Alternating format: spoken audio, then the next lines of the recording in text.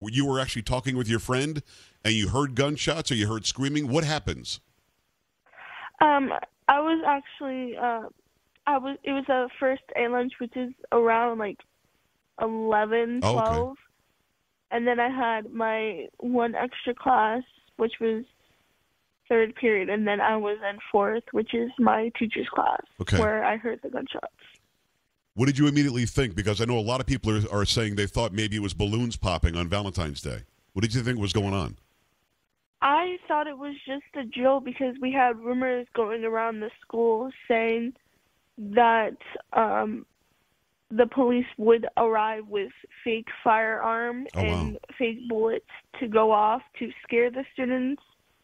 And they had said they'd pulled the fire alarm to catch the students who ever go out of the classroom to warn them, because shooters did do that, and unfortunately there was an active shooter that actually did that.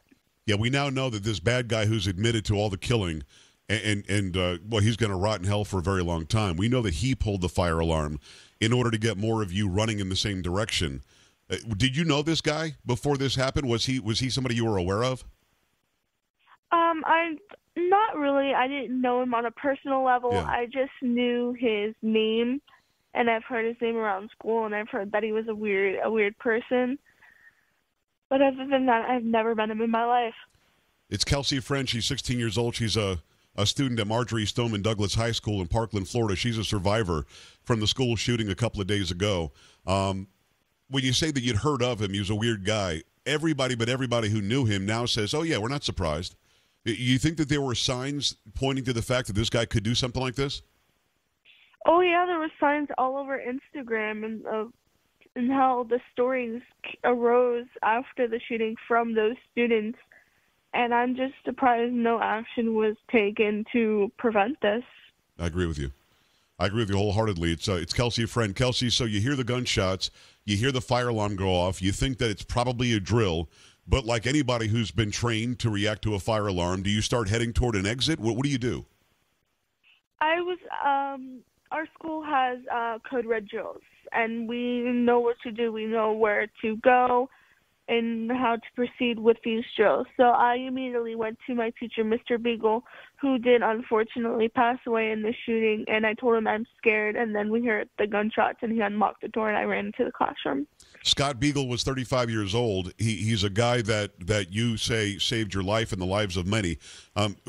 Was he one of your teachers or somebody that you had before? Was he a teacher you had this year? He was actually he was my teacher this year, and he is still my favorite teacher, and I will never forget him, and I did have him that fourth period hour. So you heard this going on, and you went to him and said, what's going on? What do we do? I went to him and I said, I don't know what's going on. I'm scared. Yeah. And he said, get here in this room? No, he just looked at me with pure terror in his face, and then we heard the gunshots, and he knew exactly what to do. Wow. We hear the names, Kelsey, and here we are, on a show that's around the nation. I'm sitting in San Antonio, Texas. You're in South Florida. We hear the names, we hear the ages, and we weep, and we're sorry about it. But we don't know Scott Beagle. We don't know him at all. Tell us why he was your favorite teacher. Who is this? Who was he? Mr. Beagle was just an amazing person. He had stories he just came back from Africa helping other students over there learn. And he was just an amazing person that the world needed. He was kind-hearted. He was very funny with his silly jokes, and he will be missed. Did you feel as though he put himself between the gunman and you to save your life? Yes, I truly do. He was lying in the doorway after the gunman had shot him, and the door was wide open. So I believe that the shooter thought there was no one else in that classroom because it looked abandoned. People around the country, it's Kelsey French. She's 16 years old. She goes to school at Marjory Stoneman Douglas High School. Her favorite teacher saved her life that day, 35-year-old Scott Beagle, who lost his.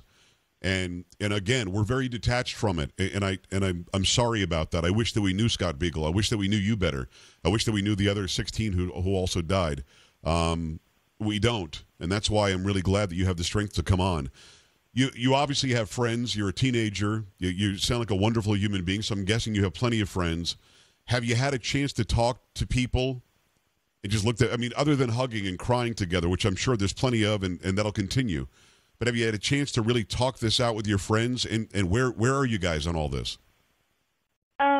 We actually haven't talked, but it's really hard for me to talk to some of my friends because I had lost one of my closest friends in this incident, and I just found out yesterday that Peter Wang died letting students into the classroom, and he got shot doing so. I'm so sorry for everything that you're dealing with. I can't imagine what I would say to my children had they been facing what you're facing. And you're a very, very strong human being, and I'm proud of you for being able to talk about these wonderful people that you've lost. Kelsey, as you talk to my audience, we don't know much about that school. 3,200 students is a ton of people. That's a lot of. It's like a small college, to be honest. There's at least one resource officer that I know of that does have the ability to fight back if somebody shows up, but wasn't anywhere near this. What's the security process to get in? Do you know how this guy got in?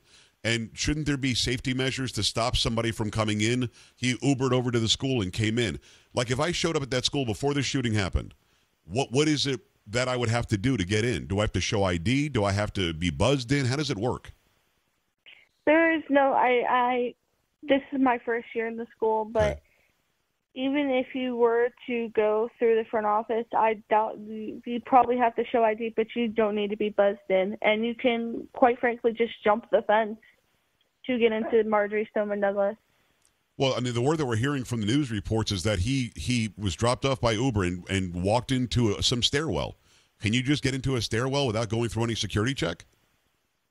Yeah, the freshman building is the building that he did go up the stairwell, and I was on the third floor.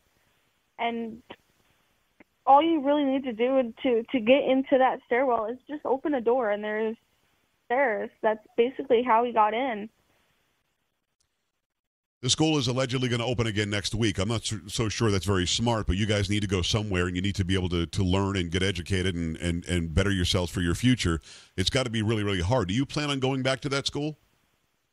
I do plan on going back to that school because I still believe that I need to keep my friends and my teacher's spirit alive by attending the school and do anything I can to be brave and to walk through those hallways, walk through that doorway and up those stairs like normal and try not to cry. And not let him change and stop people from loving each other and change your way of life. Correct. Us Eagles at Stoneman Douglas, we're very strong individuals, and we're all a huge family, and this has affected us tremendously, and we're excited but nervous to go back to class. When you said Eagles, it actually hit home with me, Kelsey. It's Kelsey French. She's 16 years old, a student at Marjory Stoneman Douglas High School in Parkland, Florida, where that school shooting happened. I was an Atlantic High School Eagle from Delray Beach, so not very far from where you are. And that really did kind of hit me when you said that. Have you had an opportunity to talk to mom and dad or whoever it is that's your support system at home about this and about security and about staying safe when in school? Or we're not there yet? You guys are still just sort of mourning together and pulling together as a family? That day of the shooting, I got out of that building quite quickly. Yeah. Because of the scene that was going on. The SWAT team wanted us out, so we don't see anything. Right. But I got to my mom, and the first thing I did was I blamed it on myself because I felt like I could have done something. And I couldn't because I'm defenseless, and my mom believes that we shouldn't be getting rid of the guns. Our teachers should have guns in our classroom to protect us even more, and I agree with her. It's a strong stance to take because it's not a popular one, but it's the right stance. And I'll tell you this, you don't know me from anybody, but again, I'm a father of 5 daughters, and I've got a wife, and I've got a mother and 3 sisters, and you sound to me like a part of my family. I want to say this very clearly. You did nothing wrong. You could not have stopped it, but there should have been people there, people that are paid by your parents and by the taxpayers in Parkland and Coral Springs, who should have been able to make sure you had a day of school that was only about talking to somebody that you saw as your Valentine. It should have been about a test that you had to take, or maybe having some fun with teacher Scott Beagle.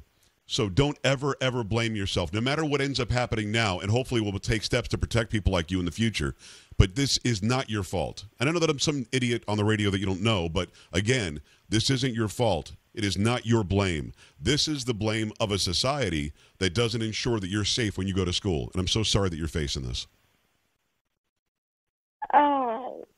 When you said fun with Mr. Beagle, we were actually playing a game and listening to music before this all this has happened. And that's one of the memories I'll hold close to my heart, because he was playing music with his Apple Watch. Wow. And we were doing a game for geography. And then the fire alarm pulled, and that's when it all started. And that's the one memory that I'll have dear to my heart, is him smiling and joking around.